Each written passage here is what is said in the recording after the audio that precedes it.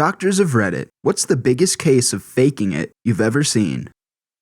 Taking trauma call during surgery residency, had a prisoner come in after a fight and claimed he couldn't move or feel his legs. All the CT scans and MRIs were normal, but we would shield his legs so he couldn't see them and poke them with needles and other sharp objects, with enough force to cause pain. He never flinched or moved his legs at all. He was diagnosed with spinal cord injury without radiographic abnormality, SCIWORA.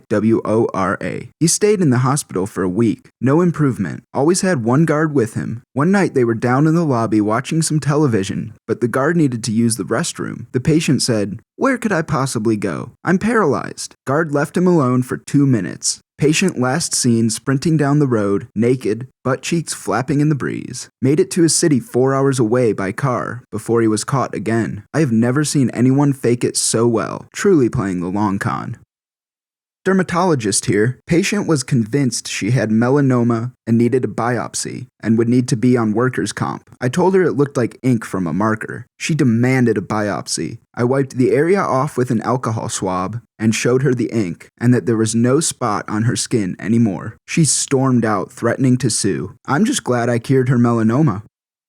Not a doctor, but worked in healthcare for nearly 20 years. While taking a break from the ICU, due to it being emotionally draining, I worked in home health for a bit. I had a patient who clearly had Munchausen syndrome. On a daily basis, she would call her insurance to see what things would be covered if she was diagnosed with this or that. She called her doctor's office an average of 5 times during my shift with her. She would report all kinds of non-real symptoms. She pestered the doctors to do an explorative, laparoscopic surgery. Of course, nothing was found. One day I walked in and she was rubbing her incisions with rotten cabbage, trying to get it infected. She wasn't seeking pain meds, except to sell. Really, she was just happy with antibiotics or stool softeners. Anything as long as they wrote her a prescription and she got to go to the pharmacy, where she did a whole song and dance for them too, claiming allergies and reactions. She always increased the exaggeration of her story too. One time she fluttered her eyes, after making sure I was looking, and said she lost consciousness in that half a second. She called the doctor and claimed she lost consciousness for 5 minutes. She called the insurance and claimed it was 10 minutes. She called the pharmacy and claimed it was 30 minutes. Then she called 911 and told them she woke up on the floor after losing consciousness for 4 hours. The worst thing about her was she was a mom. Her son was 28 at the time, and by all the stories of his childhood illnesses and her saying how he's severely disabled, I knew she basically effed up his childhood with Munchausen by proxy. She portrayed him as being severely disabled, and that's why he would never find a wife. I met him. He was healthy and of average intelligence. He wasn't looking for a wife, he was gay, but she refused to accept that. Working with her was so miserable that I took a couple years off from any and all healthcare after that.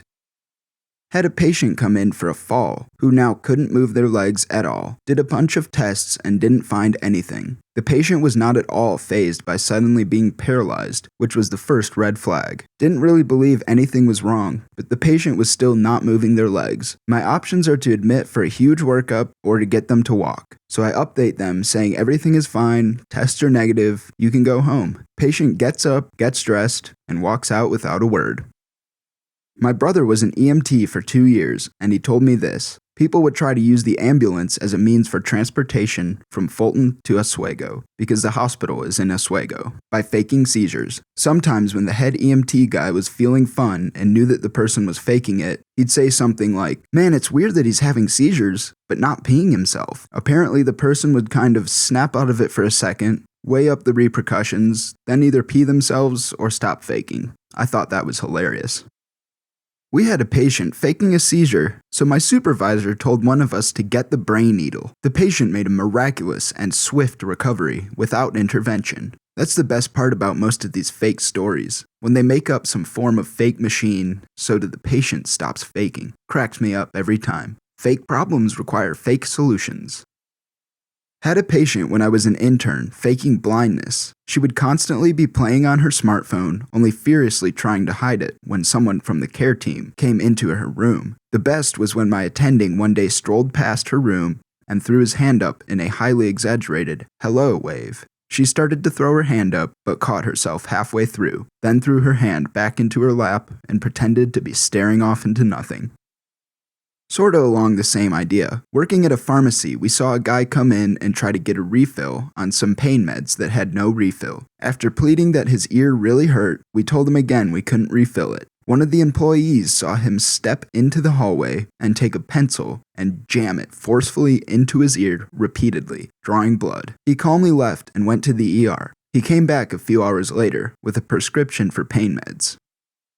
One time my roommate, who is an ICU nurse, came to see one of my indoor soccer games. During the game, a player on the other team went down, hurt, and started screaming in pain and swearing and rolling around while holding his ankle before he was eventually helped off the field. He then limped over to where the fans sat and watched the rest of the game, brooding in silence before he left early. After the game, my roommate told me he was going to go over and see if there was anything he could do to help, until he saw that the guy was limping on the wrong leg. ER nurse, bringing a patient back to a room who said he had kidney stones. I had him stop at the bathroom and get a urine sample. Dude comes out with a specimen cup that literally has a piece of concrete in it. Looked him in the eye expecting some sort of joke. He was serious. I threw it away and walked his dumb A back to the waiting room to contemplate his stupidity. My next door neighbor would drink a 12-pack of Mountain Dew a day and keep kidney stones year-round to get pills. He had a pretty sweet deal, too, getting 90 Loracets, 90 Xanax, and 90 something else, I forget, every month from his doctor. He just couldn't stop doing other drugs and pissing dirty. I tell this story just because I was impressed with his determination to hurt himself and get a surgery once a year just to get high. Like, the absolute determination that it takes. My mother is a recovering addict and had been getting the same pills around that time, and I don't recall her intentionally hurting herself. She just went with already messed up issues before she got herself into a clinic to get clean. Edit. Thanks for the gold, man. Who knew talking about my former junkie neighbor would get me gold? If you're reading this, Jerry, you know this was about you. Love you, man. Hope you get your ish together.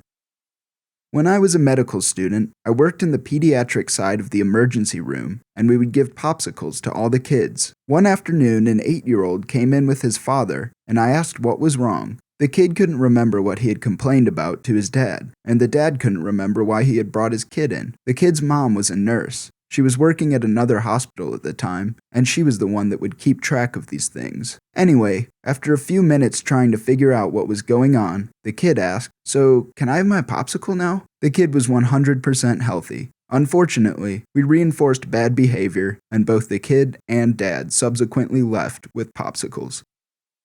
I'm a surgery resident. When I was on my trauma rotation, we had a patient come in after an MVC with question that maybe the patient had seized and that had caused the accident. So he's in the trauma bay and starts shaking. The trauma nurse goes, "Oh, this isn't a real seizure," and the patient stops shaking, sits up, turns to the nurse, and yells, "You don't know an effing thing about me." I had a patient when I worked in the ICU that was sedated and on a vent. A family member showed up out of nowhere and was staying the day and night. I got pretty suspicious of them because they were clearly lying about knowing this person. Just talked to the fake family member about how it must have been sad since they just celebrated their birthday a week or so before getting ill. This person said it was a wonderful party and such. To which I replied, their birthday hadn't occurred yet, and wouldn't for months. Turned out, when security came, it was a homeless person who snuck in, and found a room with a sedated patient, and decided to make it a place to stay. Needless to say, security to enter the ICU was absolute ish.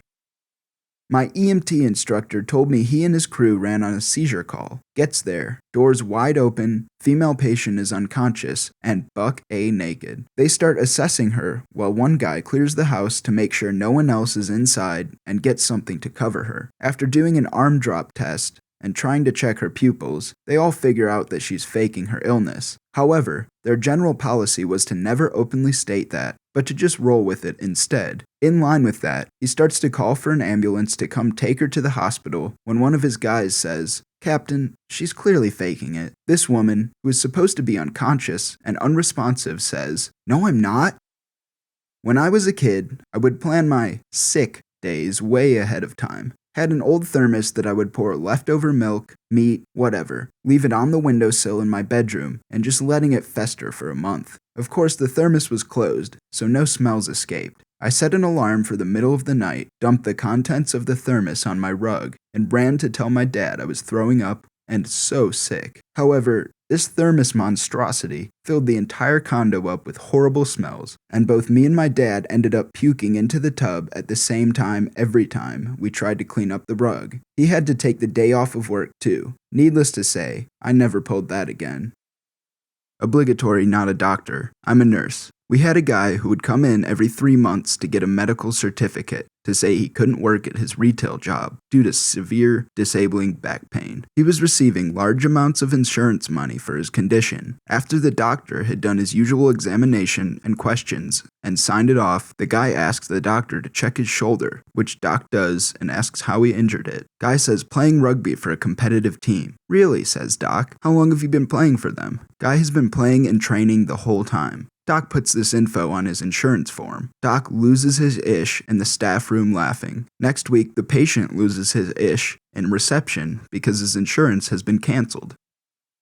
My mom's an ER nurse and said once some crazy lady came in and complained that she had the whooping cough, and whenever she coughed, she would follow it with a loud whoop. She's doing it wrong. That's a coughing whoop.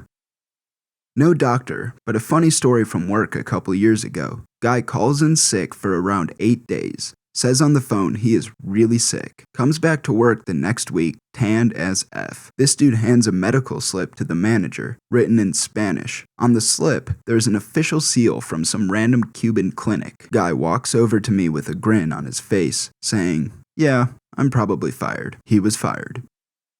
30-year-old woman came to the ED with such excruciating belly pain, paralyzed, "Oh God, it hurts when you press here, must have oxycodone now." ED doc said that if she can get out of the ED bed and do 20 jumping jacks, we'll give her the oxy. She did 20 jumping jacks, then got kicked out of the ED. Ophthalmology technician. People pretend to be blind all the time. Go to check their eye pressure with the Tono pen, a device you poke them directly into the eye with, and they go, "What the F is that thing?" I'm an ICU and ER nurse. We get a lot of malingering in the ER. One day, one of our frequent flyers came in and she started faking a seizure in triage. Now obviously I know this lady, and she's fake seized a million times before, but this time it's in the lobby in front of about 30 people who have no way of knowing it's fake. She's rolling around on the floor, making a darn fool of herself, and folks look horrified. I walked up to her and calmly said, "Karen, what are you doing?" To which this genius responds, "I'm seizing." I told her to stop seizing, so she did.